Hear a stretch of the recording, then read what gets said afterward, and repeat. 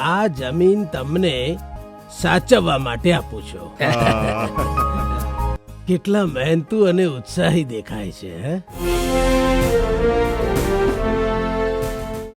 ગાંધી શેઠે 1 વર્ષની વિગોટી માફ કરી, પરંતુ દર વર્ષે 1 રૂપિયાની વિગોટીના વધારા સાથે ચંદ્ર સૂરજની હયાતી સુધી 700 વીઘા જમીન આપી. ત્યારબાદ બંને ભાઈઓએ તેમના નિકટના સંબંધીઓને ચાંદરણી બોલાવ્યા.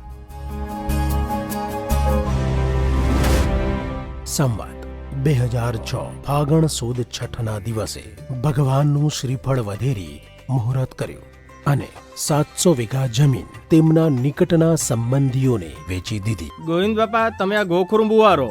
સારું કરશન, બાકી બધા તમે વાડ કરો.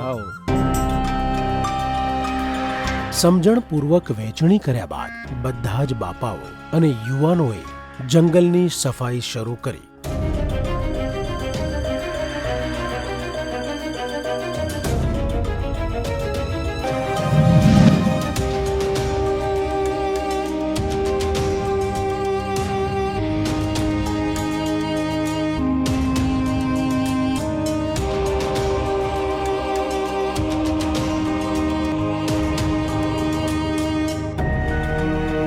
કહેવાય છે કે પરિશ્રમે જ પારસમણી મળે, પરંતુ પેટ માટે વેટ કરતા આ કચ્છી માંડુઓને સીધું સામાન અનાજ લેવા માટે ચાંદરણી કે જાંબુડી જવું પડતું હતું.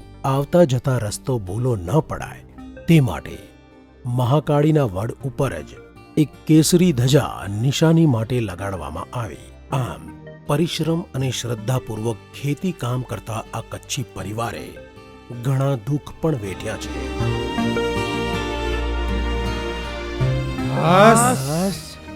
ભાઈ, જંગલ તો જાણે આપણે ખેડી નાખીશું, પણ રોટલા પાણીનું શું કરીશું? આ ગોવિંદ બાપાના ઘરેથી ભચીમાને બોલાવી લ્યો ને. સાંભળ્યું છે કે જમવાનું બહુ સરસ બનાવે છે. હા, ખેતાની માં આવશે તો જોડે ખેંચીને પણ લાવશે. હા, તો શું વાંધો, ભલે ને આવે, બોલાવી લો ખેંચીને.